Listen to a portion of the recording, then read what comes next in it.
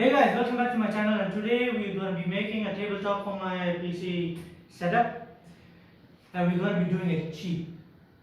How cheap? I think around $20 maximum. So I'll be mentioning all the prices up here as I use the materials. So let's get started.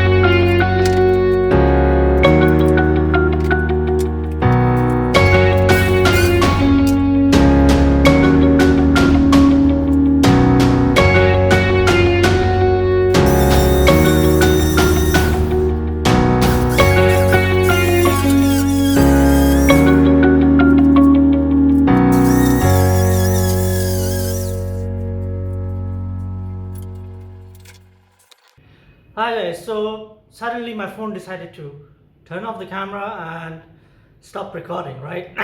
So I missed a whole part of this build, which I'm going to show you right now. So let's see the progress I have done. So this is what I have done so far, and that's it for today. What I did was what I told you in the beginning. I took this plywood, I stuck it to MDF to give it some structural rigidity. Okay, so this is going to be the bottom, that's going to be the top.